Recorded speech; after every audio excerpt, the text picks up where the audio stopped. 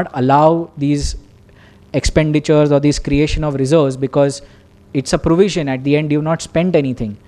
But the fact is that when we look at the court held that if there is something that is mandatory in law, it is something that you would be required to do, and it is a requirement for the business to remain sustainable to carry out those expenses, and which is where the argument can be taken that it may not be allowable under a particular section of the Income Tax Act, but that does not prohibit you from claiming that to be a genuine business expenditure. And one can take the shelter of those decisions of the Supreme Court and Bombay High Court and say that this is mandated and I'm doing it purely because I'm required to do so. So when one is looking at conversion of their existing entities into companies, I would really suggest that you take a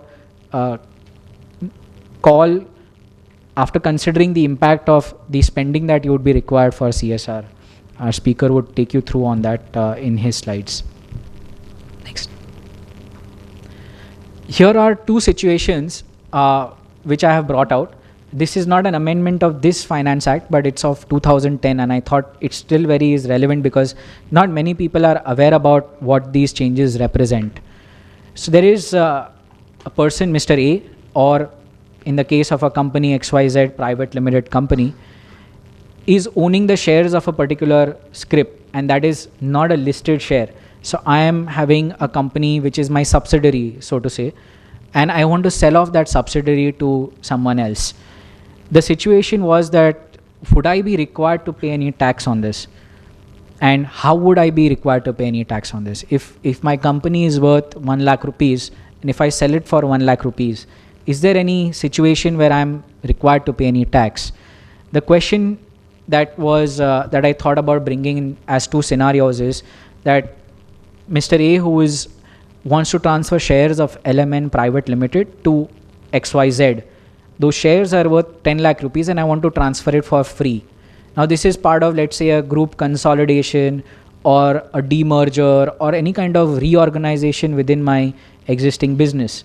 And I would like to transfer certain subsidiary holdings which are not so relevant for me to make my business look slightly healthier, stronger, to have the ratios look better, and I'm trying to do an exercise which will help me both from the financial ratio point of view as well as park my non-current investments in an entity which is purely going to be a holding company. So I would generally have these transfers for free. The situation is that there is a particular provision of the Act which says that if there is a transfer from a person to another person and it is being, and those are shares of an unlisted company and they are being transferred for either free or for less than its worth, then it would be considered as an income in the hands of the recipient. So the situation would be that the question, the first I have raised is, will this be taxed in the hands of the recipient or the giver? So it would be taxed in the hands of the recipient. I am receiving free shares, so 10 lakhs would be taxed in my hands. Will it be taxed as a business income or as capital gains? The situation differs very significantly when I look at it from that perspective. I may have a business loss in my books. This income that gets added to me, if it is treated as a business income, I can set it off, so to say, make it tax neutral for me. If it is capital gains, on the other hand, I don't have an opportunity to set off anything other than a capital loss in that sense, and that way I'm limiting the implications. A business income would be taxed at 30% plus surcharge plus cess.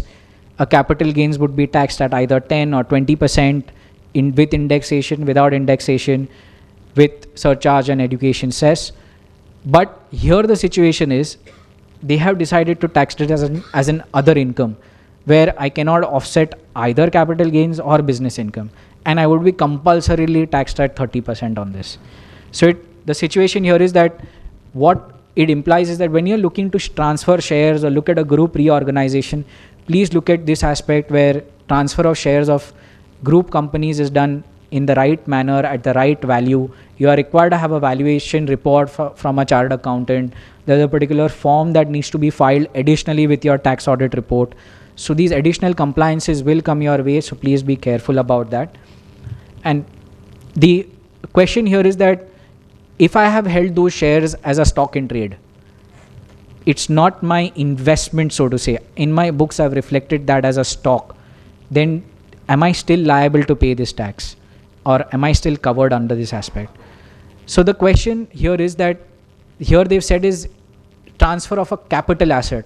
A capital asset has now been, the definition has now undergone a change under the Companies Act by this Finance Act to say that earlier the capital asset excluded shares. Now they said that a capital asset will include stock in trade, and stock in trade of shares will also be regarded as a capital asset. So many of you who may have taken a stand that I show income in my spouse's name of trading in shares, or looking at those kind of avenues in your HUF, these are all avenues.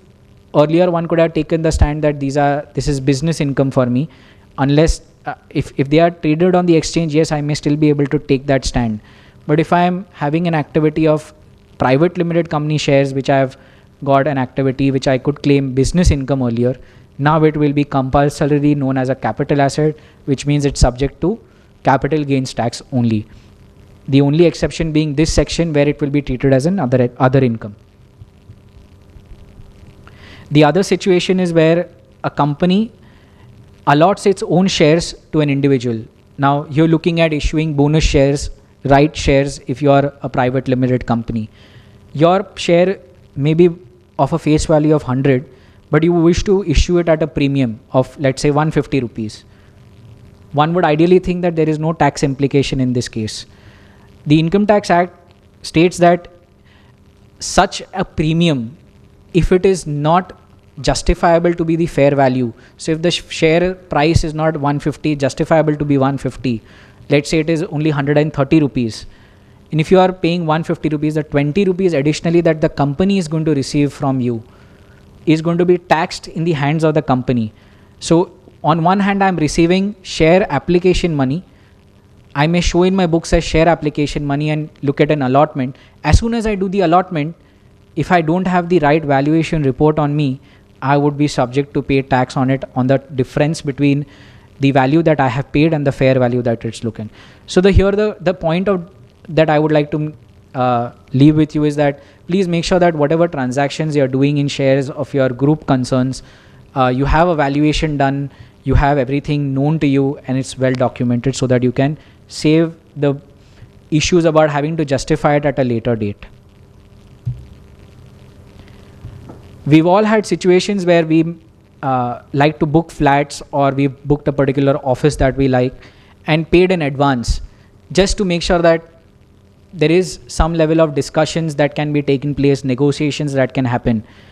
The situation that has got amended by this Finance Act has brought about a specific provision which says that if I've received an advance and I have forfeited that advance because negotiations have failed, then that advance would be taxed in the year in which I have received that money. Earlier, the situation was that if I have received an advance and I have forfeited it, it would be adjusted against the price for which I had bought that asset.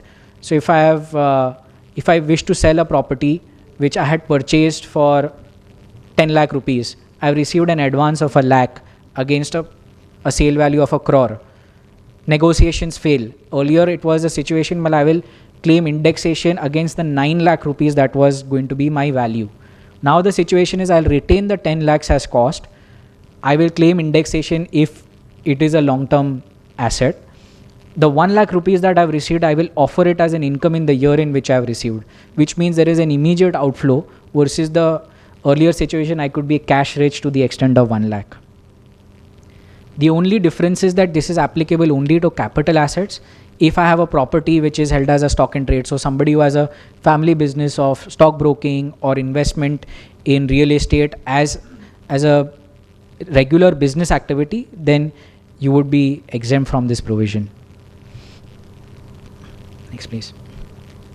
The avenue of saving of tax, I wouldn't want to call it tax planning, so to say, because that's a taboo word. I would want to just call it as tax optimization. There are a few next few slides which would be interesting for the audience on how one can really look at optimization of tax. I have received a couple of queries on this as well.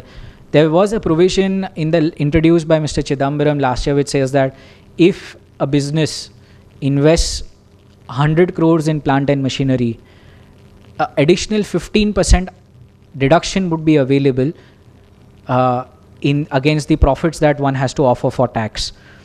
Now, there are very few businesses in India which can look at a yearly investment of 100 crores in plant and machinery alone, and one would think that the cost which a business incurs is mainly towards construction of a building or a shed and less towards the machinery unless you have sufficient space at hand. The finance minister has rightly thought that we should reduce this threshold, and he said that we would like to bring down this threshold to 25 crores. So from this financial year onwards, if you want to look at a substantial expansion of your business and you're looking at an investment in your plant and machinery of 25 crores or more, you would be eligible for an additional 15% deduction of the cost of your plant and machinery. It's a substantial amount when one really tries and see that you have profits which are substantial to offer for tax. So the questions that I tried to break down the section, and I asked that does the section require me to acquire just the asset, or does it require me to acquire and do something more? The Act says that you must have acquired and installed the machinery, which means it's not just that I have paid money as an advance towards the machinery. The machinery you should have paid for it. It must have come into your premises. You should have installed it. It may or may not have been used, but the fact is that it has to be installed. The other restrictive covenant with this provision, it says that a person to be eligible to claim this deduction must be one who has an ongoing business in manufacture. If I am a trader today looking to diversify and set up my manufacturing division, backward integration, forward integration, whatever one may call it, diversification, I am not eligible for this deduction because I am not engaged in the business of manufacture. And that is very strange. I would want to get the same incentive that another person would be eligible for, and that is restrictive to that sense. Probably nobody has highlighted this aspect to the minister and said that why are you trying to bring it only to those who have an ongoing manufacturing activity.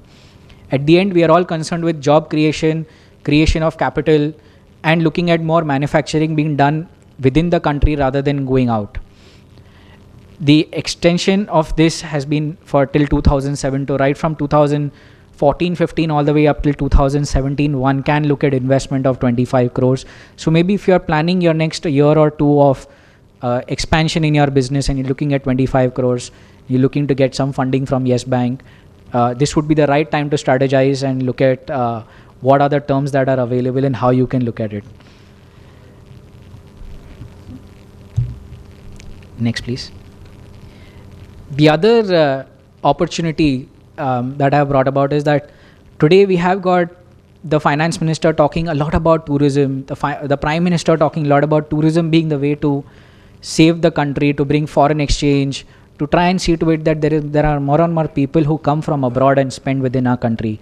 Security issues aside, there are opportunities in the Income Tax Act which enable you to invest in certain sectors, claim more than 100% of the amount that you invest as a deduction against your existing profits.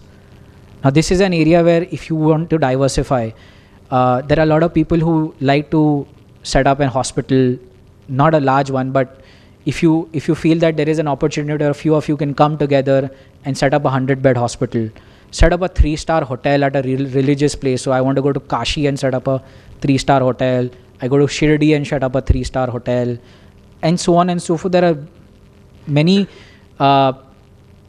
cities or towns in this country where one can promote religious tourism, and one would really look at, do I have any incentive for doing this? A diversification into a completely different field, so from printing and packaging into hotels and tourism, is something that one may not think of, but I would certainly suggest that there are 8 or 9 such areas when one can invest in, right from manufacturing of bees wax going up to having an iron-on slurry line. So the gamut of opportunities are quite a few, and one can look at from 100% deduction of the amount that you spend, excluding the land value, to 150%. So I'm spending 1 rupee, I'm getting 1.5 rupee of a deduction against my existing business profits. We have clients who are looking at warehousing as an opportunity, because the country today needs substantial amount of storage. Agricultural warehousing, 30% of our food produce is going waste. And there are a lot of cities today which offer great opportunities for warehousing. And I know for a fact that I've seen one of the presentations that Yes Bank has given, and they have a dedicated team which looks at it. Fantastic presentation. There are great levels of opportunities to look at in warehousing, and one would want to see, can I set up a small warehouse which can either cater to my own in-house storage requirements, but not for printing and packaging, but for agricultural produce? Can I do a tie-up with a Reliance Fresh? Can I do a tie-up with maybe a Foodland or someone? And can I set up a warehouse